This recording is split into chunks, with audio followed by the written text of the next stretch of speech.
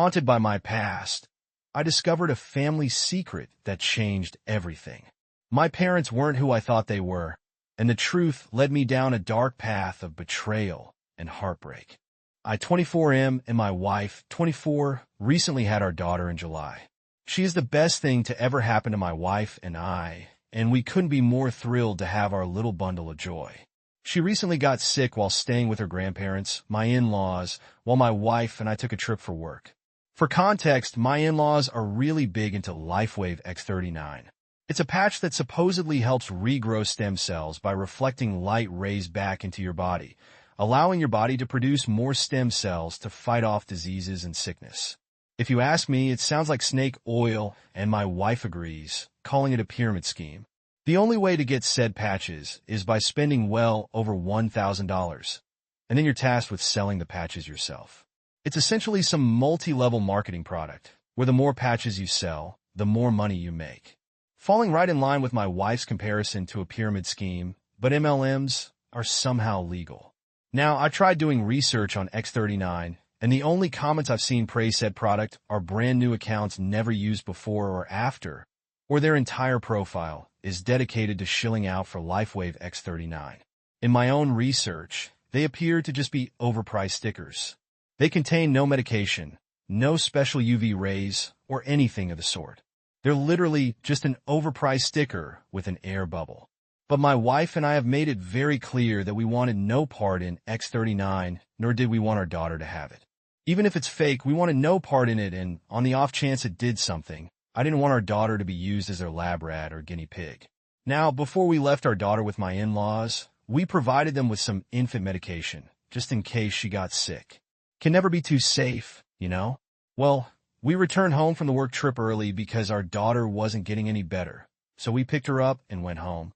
We were going to give her a bath, and in the process of taking her jacket off, we found an X39 patch on her arm. Upon finding it, we immediately called her parents and demanded to know why she had a patch on her. Her parents tried saying that it's safe for the baby. We even ordered the ones for ages 7 and younger, and that it's practically medication. Their words, which still didn't answer our question. So my wife checked the go bag, and the Motrin we gave them was, while it was used, not used very much at all. Her parents tried claiming that someone else in their group, or whatever, gave it to their son, and they got better in a week. Point is, we didn't buy it, nor did we care. We've made it abundantly clear that we wanted nothing to do with X39, and we didn't want our daughter to be a part of it. They failed to listen. My wife was on the phone with them for over an hour, and while I don't know the exact length the conversation went to, I know it at least ended with her screaming, "Gonna see my fucking daughter again. And if you attempt to come to my house, we will call the police." Before hanging up, that was 3 days ago now, and we've had several missed calls from family members, her parents, her siblings, and even family friends, all saying that we overreacted, and they were just trying to help. Maybe we overreacted, but we wanted nothing to do with that. And despite making it clear, they went against our wishes and did it anyway. And instead of giving my daughter actual medication, they tried to give her some placebo patch.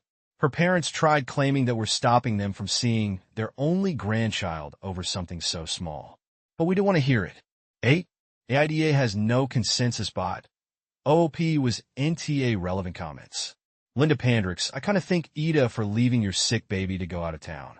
OP, we didn't leave a sick baby to go out of town. We left her with her grandparents while she was fine. We only packed Motrin because, as I stated in my post, you can never be too careful. She got sick while we were out of town, not before. Mediocre Key 4992. You say that like it's snake oil, like it's just as bad as the X39. Was it Advil and cough syrup? Or just a generic bottle that you wrote infant medication on? You expect us to believe that you gave them medication just in case she got sick, and then she immediately got sick? Come on, this sounds like total BS. OP, her grandparents don't exactly have children medication laying around. We packed her Motrin, which I quite literally stated later in the post that you read it, not some generic bottle or snake oil, and just as bad. Nor do they have the ability to really go anywhere. They live a good 30, 40 minutes outside of any nearby town. The drive to and from her parents is a grand whole hour drive from where we live.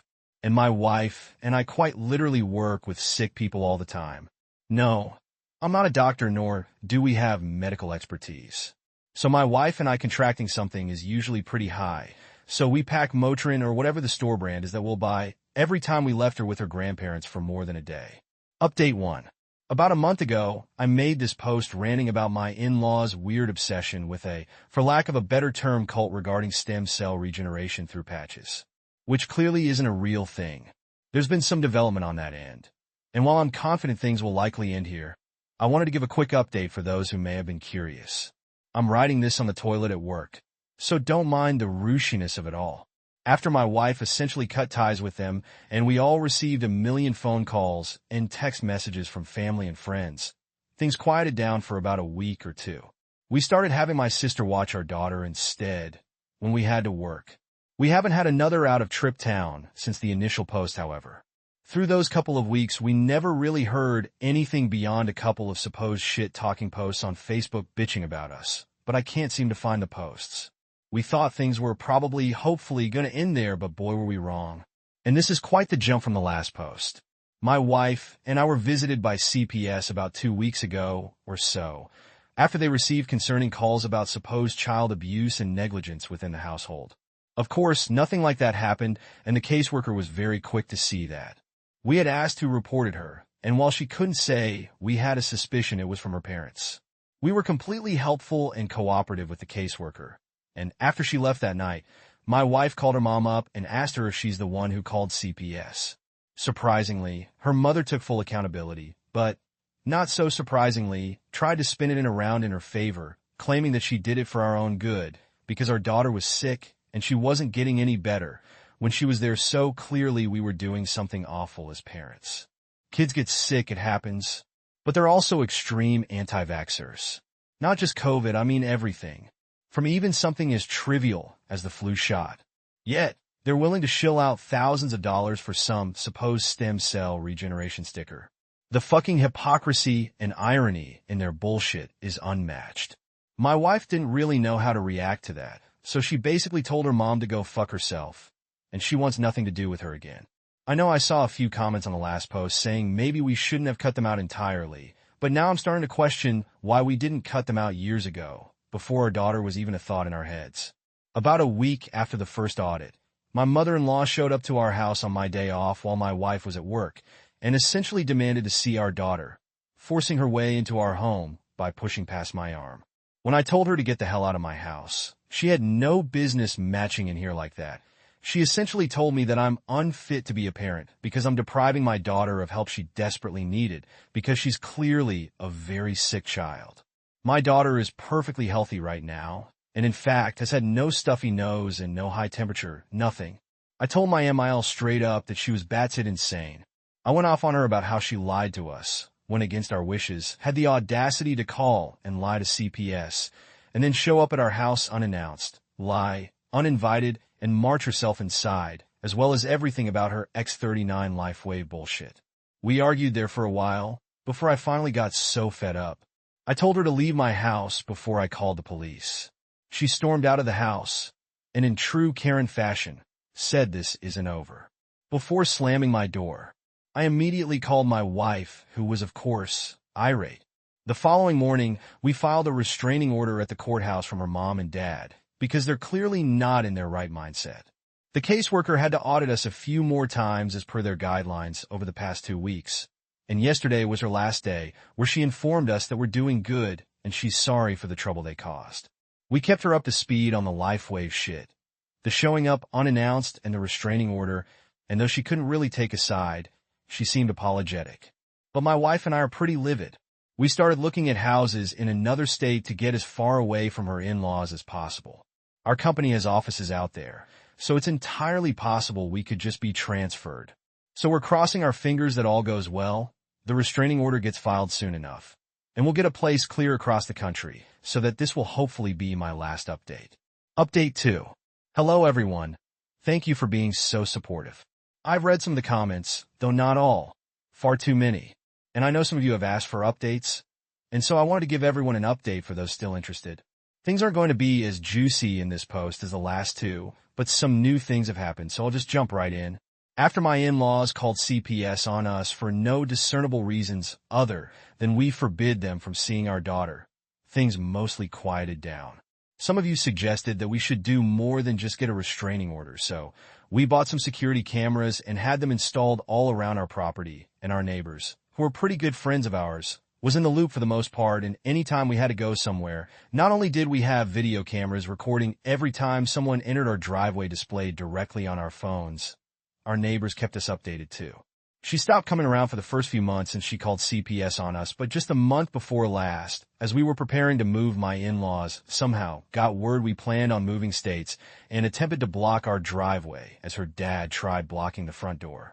Not sure what their plan was there because we have a back door and an extra side door leading from the kitchen, but I digress. Her mom blocked the driveway, stopping our U-Haul or car from leaving the property and wouldn't budge, even after we told them we would call the police. They told us they'd move if we told them where we were moving to, but my wife told them that wasn't happening and they had 10 minutes to leave or we'd be calling the police. My neighbor came over during the commotion, but my in-laws still wouldn't budge. My daughter is crying during all of this as my wife is trying to console her, as my neighbor and I are attempting to remove my father-in-law from the doorway, but he wouldn't move. Eventually my wife called the police, and I'm guessing another neighbor called them as well, because they responded within mere minutes. My in-laws kept screaming that we were taking their rightful grandchild away, and that we'd all be damned to burn in hell for this, but honestly, that just made me laugh. The police kept asking them to leave, but they wouldn't. Eventually, they were arrested for refusing to leave, and the police were nice enough to call a tow truck for us to be able to back out of the driveway. Lo and behold, as the police were handcuffing my in-laws, they both had on those X39 patches, and even the police questioned them about it. But whatever, what's done is done. We were able to finally leave and on to new adventures. We've been settled in at our new house for the better part of over a month, and we're enjoying it greatly. No word from her in-laws, and they have no idea where we are. We have them blocked, but we'll eventually get messages from unknown numbers or Facebook accounts asking where we moved, but there's no way they're that foolish to believe we'll actually tell them. Luckily, neither my last state or this one have any grandparents' rights, so we're in the clear there. Thank you, everyone. Hopefully this is my last update. Relevant comments, Quicksand32. Seriously look into a P.O. box and have all mail routed there. Oop. Hey there. We actually did get our mail routed to a P.O. box. Sofla's son. Why were they not arrested for violating a restraining order? Oop. We informed the police they had a restraining order. I just don't think they cared. They were more concerned with getting them off our property as opposed to them violating the restraining order. I think one of their final charges after being arrested was violation of a restraining order, though. The police just didn't seem to care at the time, which is unfortunate, to say the least. Final update. Well, this is certainly to be the last update, when I honestly thought the last post I made would be the final one. About 4.5 months ago, give or take me, my wife and daughter moved across the country to avoid her parents. And I'm happy to say that beyond some annoying phone calls from different numbers and messages on Facebook, things were quiet. About 3 months ago or so I posted what I thought would be the final update, but I know some of you asked to be kept in the loop, so here we are. Over a month ago or so, we were informed that her in-laws were shot and killed by the new homeowners of the previous house we lived in. In their infinite wisdom, they for some reason thought we never actually moved after not getting any responses and broke into our previous house to kidnap our daughter. The new homeowners were awake, and after my in-laws broke into what was our daughter's room, which was now the homeowner's child's room, the homeowners shot my father-in-law, killing him almost instantly.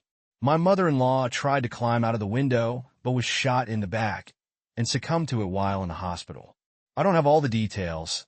These are just what I was able to piece together from the police report and my old neighbor. My wife is in shock and isn't quite sure how to handle the news, but she at least tells me that she at least knows now that our daughter will finally be safe. After we got the news, we just sat on the couch, and I comforted her all night, and we both eventually fell asleep on the couch. She says she finally feels safe and is glad our kid will be, but she still never wanted them to die, and I get that. I don't wish death upon anybody. My wife and I are glad the current homeowners and their kid is okay, and she's shaken, worried that if we hadn't moved, they'd have succeeded and kidnapped our daughter. I told her there's no use worrying about the what-ifs, because what's done is done, and at least she's safe. My wife agreed, but I can still tell she's trying to wrap her head around the entire ordeal. We had started seeing a therapist about the entire experience, and the therapist suggested taking a vacation. So I just recently purchased some tickets to Hawaii and had just surprised my wife with them this weekend as a nice little getaway vacation, as my wife always wanted to go to Hawaii. My wife was ecstatic when I showed her the tickets, and she's excited to go, and I'm hoping this vacation is just what she needs for hopefully not stress as much. I feel awful knowing that my wife isn't sure where to go or what to do, and I'm being her rock as best as I can. And I'm thankful that we have that therapist for her to work through some of her stress and get help. My wife and I are doing okay if anyone is curious. She's just trying to wrap her head around what happened. This will be my final update, everyone, and I'm hoping everyone here has a great day. We leave for Hawaii in a week, so we're both excited. My wife has been trying to keep her mind off things by focusing on the trip, as she says it's helping. I'll catch everyone later, but don't expect any updates.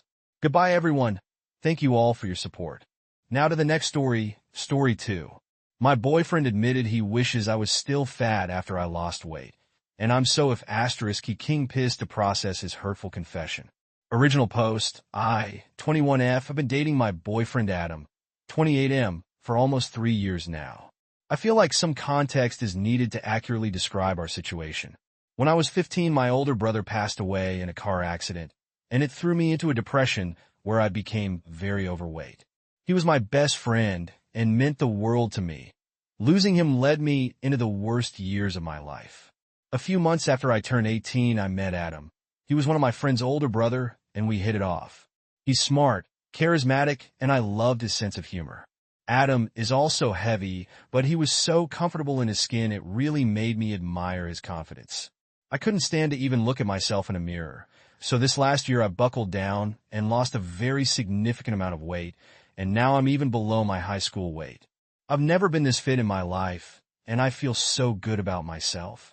My 21st birthday was this last Saturday, and Adam and my friends had planned a party for me. Unfortunately, Adam had a family emergency, so he wasn't going to be around for my birthday. I was completely okay with this and reassured him that it was fine when I drove him to the airport. My friend Andrea recommended that we should instead go to a strip club, and I thought that was an amazing idea. I'd like to reiterate that it would have been a woman's only strip club. The next time I talked to Adam, I told him about the change in plans, and he was very adamant that he didn't want me to go. He said it wasn't that he didn't trust me, it's that he didn't trust my friends. I ended up dropping the subject to not cause him further stress, and we ended up just having the party they originally planned. Adam arrived today, and I felt something was off. Something has been off since I lost weight. I kept badgering him until he finally opened up. We talked, and he eventually told me that we don't even look like we belong together anymore. He brought up an instance where we were at the grocery store a week ago, and a guy was asking me questions about watermelons in the fruit section. It was a casual conversation, but he referred to my boyfriend as my brother, and I quickly corrected him. The guy apologized, said we looked similar, and walked off. At the time, my boyfriend laughed it off and didn't bring it up again. He then said something that pissed me off so bad. He said, "Sometimes I wish you were still big, so no one else would want you." I lost all sympathy and quickly corrected him. I told him even when I was a big girl, guys hit on me all the time, and just like I always do, I told him I have a boyfriend that I love. He looked dumbfounded when I said this. Elle told him how fucked it was that he wishes that I was back at the size where I was depressed and hated myself. He told me he misspoke, and I'm blowing things out of proportion. We argued more, and he ended up leaving to his brothers to give me space. I've been sitting here, just pissing myself off about what he said. Did he really think I was that unattractive when I was bigger? If so, why did he date me? Did he think I was desperate to be with someone because I was so fat?